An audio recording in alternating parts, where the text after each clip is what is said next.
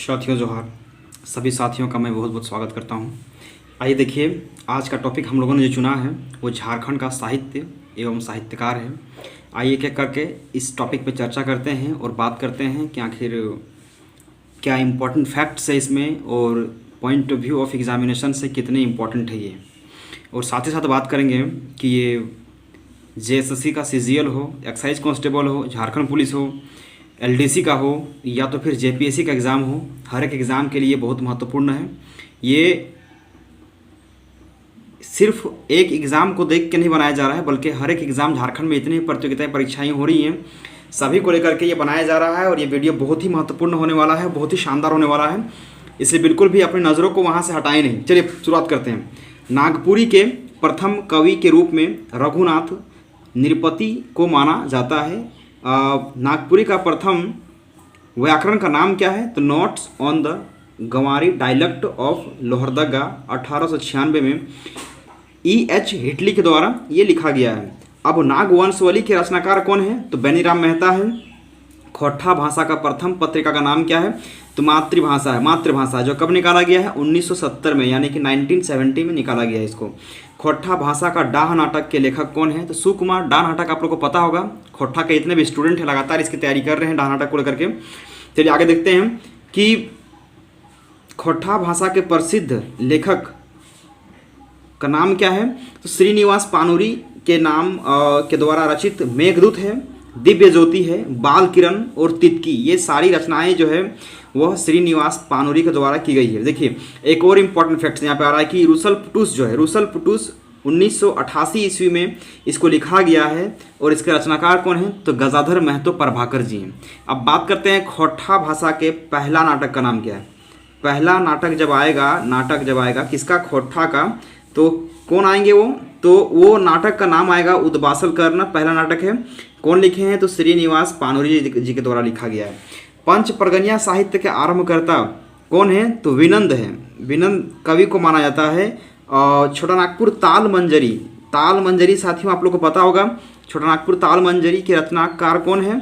तो उपेंद्र सिंह हैं, उपेंद्र नाथ सिंह हैं। ठीक है। अब कह रहा है कि पंच परगनिया के कबीर पंथी कवि का नाम क्या है? तो सोबरन। ठीक है, कवि सोबरन का नाम आता है, जो कि काफ़ी ज़्यादा उसी के नाम को प्रोत्साहित किया जा रहा है यहाँ पे, है ना। चलिए आगे देखते हैं। जैसा कि मैंने बताया यहाँ पे कि an introduction to the Santhali language, Santhali भाषा पर लिखी गई प्रथम पुस्तक है। और ये पुस्तक जो है फिलिप के द्वारा लिखी गई है, जो 1882 में प्रकाशित हुई थी और जिसे फिलिप्स के द्वारा लिखी गई थी। तो ये याद रखना है आप लोग को। अब देखिए आगे देखते हैं। संथाली भाषा का प्रथम व्याकरण का नाम क्या है? तो grammar of the Santhali language 1873 में प्रकाशित हुआ था। और ये L.O. स्क्रैपरूट्स ने लिखी थी इस पुस्तक को। 1899 ईस्वी में संथाली भाषा में प्रकाशित संथाली इंग्लिश संथाली, ये कैंपबेल के द्वारा, कैंपबेल का नाम आप लोग सुने होंगे, कैंपबेल के द्वारा लिखी गई ये रचना है, जो कि संथाली भाषा का में प्रकाशित है और ये कैंपबेल के द्वारा लिखी गई है। बात करते हैं संथाली भाषा का पहला उपन्यास का नाम। उपन्यास जब पूछेगा तो कौन है? होरम वाक आतो। क्या साथियों? होरम वाक आतो। किसने लिखा है? तो इसको लिखा है आर कार्टियस ने। संथाली भाषा का होरम वाक आतो पर का प्रकाशन जो है आर कार्टियस के द्वारा कब किया गया है? 1946 ईस्वी में किया गया है, जो कि रोमन लिपि में लिखी गई है और इसका प्रकाशित जो है 1946 में किया गया है। संथाली भाषा का पहला उपन्यास का हम बात करते हैं तो क्या था? होरम वाक आतो। इसका अर्थ क्या होता है? तो ये अर्थ के बारे में एग्जाम में क्वेश्चन बनता है। तो ये क्या है? हड़मा का गांव, ये इसका अर्थ होता है। संथाली भाषा का अगर हम दूसरा साहित्य उपन्यासकार के बारे में बात करेंगे और उपन्यास के बारे में बात करेंगे तो दूसरा उपन्यासकार जो है ना वो कौन है? तो ननकू सोरेन दूसरा उपन्यासकार है। और उसके द्वारा जो उपन्यास लिखी गई थी वो क्या नाम है उसका? तो उसका नाम है मुहिला चेचत दाई। ठीक है, मुहिला चेचत दाई उपन्यास है, जिसे किसने लिखा है? तो ननकू सोरेन के द्वारा वो लिखा गया है। अब यहाँ पे बात करते हैं संथाली भाषा के प्रथम साहित्यिक नाटक का बात करते हैं। तो साहित्यिक नाटक का नाम क्या है? तो विदु चंदू। ठीक है, कहीं कहीं इसको विदु चांदन भी मिलता है। किसने लिखा है? तो रघुनाथ मुर्मू के द्वारा लिखा गया है। रघुनाथ मुर्मू आप लोग को पता होगा साथियों, ये जो भाषा है रघुनाथ मुर्मू के द्वारा लिखा गया है विदु चांदन, वो पहला उड़िया भाषा में लिखा गया था, उड़िया लिपि में। फिर दूसरा आया बंगला लिपि में। ये जो बात करते हैं यहाँ पे विधुचंदन के बारे में जो लिखा है रघुनाथ मुर्मू, इन्होंने ही 1900 कब मतलब कि 1941 में 1941 में अगर हम बात करेंगे तो इन्होंने ही संथाली जो भाषा है, संथाली भाषा उसके लिपि का आविष्कार किया था। ठीक है, लिपि का आविष्कारक कौन है? तो यही है, लिपि का आविष्कार किसने किया था? तो यही विधुचंदन जो लिखे हैं उन्होंने ही इस लिपि का आविष्कार किया। चलिए लगातार देखते हैं अब आगे कि संथाली भाषा का प्रथम काव्य संग्रह का नाम क्या है? कुकमू है, स्वप्न, जो कि इसका मतलब स्वप्न होता है, और ये देवनागरी लिपि में बाल किशोर साहू के द्वारा रचित किया गया है। अब आगे बात करते हैं संथाली भाषा की जो लिपि है औलचिकी है, जिसकी खोज जो है रघुनाथ मुर्मू के द्वारा 1941 में किया गया है, जो मैंने अभी आपको पहले ही बता दिया इसके बारे में। अब बात करते हैं डोमन साहू समीर के बारे में, बहुत इंपॉर्टेंट फैक्ट है ये। डोमन साहू समीर ने 1947 ईस्वी में उन्होंने एक समाचार पत्र को प्रकाशित किया था, जिसका नाम क्या था? तो उसका नाम था हर्ष अनुवाद, जो कि देवनागरी लिपि में की गई थी। डोमन साहू समीर को संथाली भाषा का भारतेंदु भी कहा जाता है। ये बहुत इंपॉर्टेंट है, वेरी इंपॉर्टेंट है, बहुत बड़ा फैक्ट है।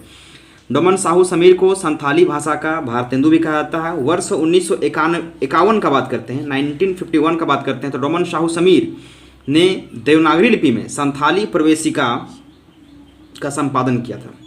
अब हिंदी संथाली कोश की रचना केवल कौन है? तो केवल सोरेन ने किया था। ठीक है, हिंदी टू संथाली जो है ना, हिंदी संथाली कोश, ये कोश है, इसकी रचना किसने किया है? तो केवल सोरेन ने किया है। अब दिसोम बाबा संथाली भाषा की प्रसिद्ध पुस्तक है, आप लोग याद रखिएगा साथियों, क्या है ये? तो दिसोम बाबा संथाली भाषा की प्रसिद्ध पुस्तक है, जिसे डोमन साहू समीर के द्वारा 1953 में लिखा गया है। डोमन साहू समीर के बारे में फैक्ट जितने भी आ रहे हैं ना, बहुत इंपॉर्टेंट है, वेरी इंपॉर्टेंट है। राही रावण का नाम, ये जो चीज़ें हैं बहुत बार ये सब चीज़ एग्जाम में पूछ चुका है। राही रावण काना को संथाली नाटक हेतु साहित्य अकादमी पुरस्कार भी प्रदान किया गया है, जो कि मोगला सोरेन के द्वारा लिखा गया है ना। मोगला सोरेन हो, कहीं कहीं किताबों में इसको मिलता है, भोगला सोरेन भी मिलता है, तो उससे आप कंफ्यूज बिल्कुल मत होइएगा। विनंद सिंह को कुरमाली भाषा का सूर कहा जाता है। किसको? तो विनंद। कुरमाली भाषा पर प्रथम शोध किसने किया था? तो नंद किशोर ने किया था। आगे देखिए, इंपॉर्टेंट फैक्ट्स आगे भी है। भारत में हिंदी का प्रमुख नाटक का नाम क्या है? तो गरह का फेर। देखिए हम लोग हिंदी में घुस चुके हैं। गरह का फेर जो अनंत सहाय अखोरी के द्वारा लिखा गया है। चेहरे के नीचे चेहरा नामक कहानी के रचनाकार कौन है? तो विद्याभूषण। याद रखना साथियों, जिसके पास विद्या रहता है ना, उसका बहुत सारे चेहरे होते हैं। तो चेहरे के नीचे चेहरा किसके पास होगा? जिसके पास विद्या होगा। ठीक है, तो विद्याभूषण लिखे हैं चेहरे के नीचे चेहरा। कंगाल की बेटी, इसको याद रखिएगा, कंगाल की बेटी। कंगाल कौन होता है? जो हल को धरता है वही कंगाल रहता है। तो कंगाल की बेटी किसने लिखा है? ये एक प्रसिद्ध उपन्यास है, जिसे हलधर राम हलधर ने लिखा है, जो कि समरशेष विनोद कुमार की रचना है। ठीक है, जो कौन है? समरशेष विनोद कुमार की रचना मानी जाती है। अब घेरे के बाहर, घेरे के बाहर का मतलब क्या हुआ? आप इसे घेरे के बाहर मत सोचिए, इसको सोचिए कि ये घर का बाहर है। तो घर के बाहर कौन रहेगा? तो घर के बाहर द्वार रहेगा। ठीक है, तो द्वारका प्रसाद घेरे के बाहर कौन लिखे हैं? तो द्वारका प्रसाद। अब राजपुतानी शान, राजपुतानी शान के लेखक कौन है? कर कि रामचीज सिंह वल्लभ, ये आदमी का नाम है। प्रथम हिंदी साहित्य के साहित्यकार माना थे झारखंड में। झारखंड में प्रथम हिंदी साहित्यकार किसे माना गया है? तो रामचीज सिंह को माना गया है। और इन्होंने क्या लिखा है? तो राजपुतानी शान को लिखा है। देखिए, गायब होता हुआ देश, रणेंद्र है। तो गायब होता हुआ देश की रचना किसने किया है? तो रणेंद्र ने किया है, जो कि मुंडा जनजाति पर केंद्रित रचना है। झारखंड के बारे में बात कर रहे हैं। झारखंड में मुंडा जनजाति है, उसकी आबादी लगातार घटते जा रही है, और उसके साथ साथ मतलब कि जो भी आदिवासी हैं, तो आदिवासियों के ऊपर मतलब विशेष करके मुंडा जनजातियों पर फोकस ये गायब होता हुआ देश जो है रणेंद्र का लिखा हुआ पुस्तक है। अनंत सहाय अखोरी द्वारा रचित गरह का फेर, ठीक है, कब? 1913 ईस्वी में लिखा गया है। और अनंत सहाय अखोरी का तो क्या है? गरह का फेर। देखिए अघोरी अघोरी जो है वो ग्रह का फेर के बारे में बहुत सोचते हैं। झारखंड के प्रथम पीढ़ी के कहानीकार किसे माना गया है? तो वैद्यनाथ पोद्दार को माना गया है। प्रथम पीढ़ी कौन है? तो वैद्यनाथ जी, ठीक है। प्रथम पीढ़ी के झारखंड में पत्र पत्रिका का शुरुआत जो है वह 1880 के घर बंधु नामक पत्रिका से हो गई थी, है ना। 1950 की अगर बात करते हैं तो दैनिक पत्र राष्ट्रीय भाषा का प्रकाशन रांची से आरंभ हुआ था। अब मुंडारी भाषा में लिखी गई प्रथम पुस्तक का नाम क्या है? तो मुंडारी प्राइमर है, जो 1873 ईस्वी में इसको प्रकाशित किया गया था। अब कह रहा कि एनॉट्रेट ने दूसरी पुस्तक मुंडारी ग्रामर लिखी, कब? 1882 ईस्वी में प्रकाशित किया। यह मुंडारी भाषा का प्रथम व्याकरण माना जाता है। तो क्या है? तो मुंडारी ग्रामर, ये ग्रामर का मतलब ही होता है व्याकरण। तो किसने लिखा है? तो नॉट्रेट ने लिखा है। इसको आप लोग याद रखिएगा, ध्यान दीजिएगा। देखिए मैं जितने भी चीज़ें आपको बता रहा हूँ बिल्कुल भी बोर मत होइएगा, क्योंकि ये वो चीज़ें हैं ना जो आपको जानने की ज़रूरत है। और मैं बताऊँगा, इस चीज़ को बताने के बाद मैं आपको कुछ फैक्ट्स भी और बताऊँगा। 1912 में एस.सी. राय के द्वारा, 1912 ईस्वी में, याद रखिएगा 1912 ईस्वी में एस.सी. राय के द्वारा Mundas and their countries, Mundas and their countries की रचना की है। किसने? एस.सी. राय के द्वारा किया गया है, ठीक है, याद रखिएगा एस.सी. राय के द्वारा। मुंडारी इनसाइक्लोपीडिया के लेखक कौन है? तो वो हाफमैन, फादर हाफमैन के बारे में आप लोग सुने होंगे। मुंडारी विश्वकोश की रचना भी उन्होंने किया था, ठीक है। अब कह रहे कि 1956 ईस्वी में पीके मित्रा के द्वारा मुंडारी फॉकटेल नामक एक पुस्तक लिखा गया था। क्या था? तो मुंडारी फॉकटेल नामक एक पुस्तक लिखा गया। अब कह रहे कि मुंडा दुरु कौन लिखा है? मुंडा दुरु मतलब किताब की रचना किसने किया? तो W.C. ऑर्चर ने किया है। अब कर मुंडारी टूड को ठारी, ये किसने लिखा है? इस पुस्तक का रचना जो है वो राम दयाल मुंडा के द्वारा किया गया है। राम दयाल मुंडा जो कि बहुत ज़्यादा प्रसिद्ध हैं और उनके नाम से अक्सर क्वेश्चन प्रश्न बन जाया करते हैं, ठीक है। तो याद रखिएगा राम दयाल मुंडा के द्वारा लिखा गया है, जो 2000 ईस्वी में इसे साहित्य अकादमी पुरस्कार भी प्रदान किया गया है। तो वेरी वेरी इंपॉर्टेंट है ये मुंडारी साहित्य। याद रखिएगा साथियों, क्या है कि मुंडारी साहित्य की एक प्रमुख लोक कथा के रचनाकार जगदीश त्रिगुणित है ना। मुंडारी साहित्य के बारे में जब भी बात करेगा तो जगदीश त्रिगुणित का नाम आएगा, क्योंकि जिसने सोसो बोंगा नाम की एक पुस्तक लिखी थी जो कि मुंडारी लोक कथाओं पे आधारित है। अब आदिवासी सक्म जयपाल सिंह मुंडा द्वारा लिखी गई है। आदिवासी सक्म, ठीक है, जयपाल सिंह मुंडा के द्वारा लिखी गई पुस्तक है। आगे बात करते हैं तो the grammatical construction of the हो लैंग्वेज, हो भाषा की प्रथम पुस्तक है। तो ये बहुत इंपॉर्टेंट है। हो भाषा की प्रथम पुस्तक का नाम क्या है? तो हो लैंग्वेज के बारे में जो लिखा गया है the grammatical construction of the हो लैंग्वेज, ये लिखा गया उसका प्रथम पुस्तक है। अब हो जनजाति का प्रथम लोकगीत है। लोकगीत का जब बात आएगा तो फोकलेयर ऑफ कोल्हान आएगा, ठीक है। और जब पुस्तक का बात आएगा तो the grammatical construction of the हो लैंग्वेज के बारे में बात करेंगे। किसी हो व्यक्ति द्वारा, मतलब कोई भी हो जनजाति का व्यक्ति हो, उसके द्वारा लिखी गई प्रथम पुस्तक का नाम क्या है? तो उसका नाम है क्या है? रुमुल नाम है, जिसे सतीश कोड़ा सेंगल के द्वारा लिखा गया है, जिसे सतीश कोड़ा सेंगल के द्वारा लिखा गया है। अब हो दुड़ुंग को हो साहित्य का महाकाव्य कहा जाता है, जिसकी रचना W.C. ऑर्चर के द्वारा ही किया गया। देखिए W.C. ऑर्चर के द्वारा किया गया है, फिर से वही चीज़ मिल रहा है यहाँ पे ना। चलिए, introduction to the Kharia language G.C. Banerjee के द्वारा किया गया। किसके द्वारा? तो G.C. बनर्जी के द्वारा लिखा गया है introduction to the Kharia language. Kharia शब्दकोश के लेखक कौन है? तो फ्लोर चैंसस हैं, ठीक है।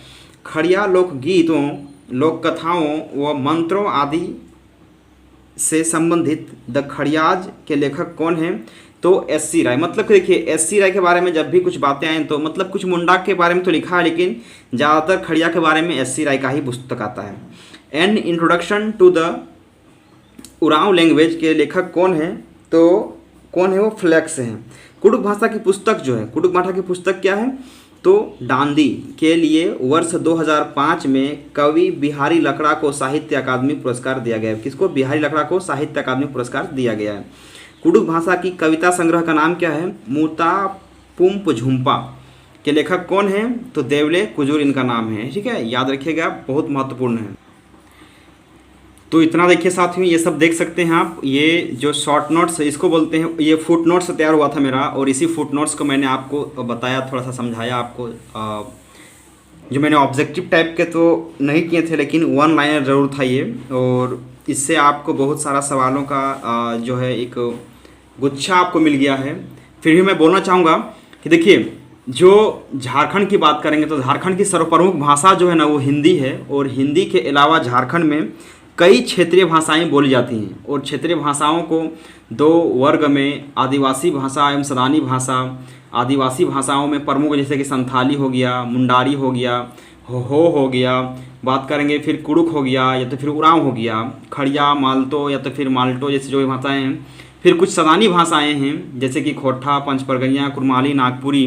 तो ये सारी भाषाओं के बारे में जो भी चीज़ें पुस्तक थे यहाँ पे मैंने आपको आपके सामने प्रस्तुत करने का प्रयास किया है। अब कोशिश करते हैं कि अब आपको मैं वो सारे करंट वाले बुक का नाम दे दूँ जो कि हमेशा एग्ज़ाम में पूछा जाता है और जिससे क्वेश्चन बनते ही बनते हैं, तो उसके बारे में भी मैं आपको बताऊँगा।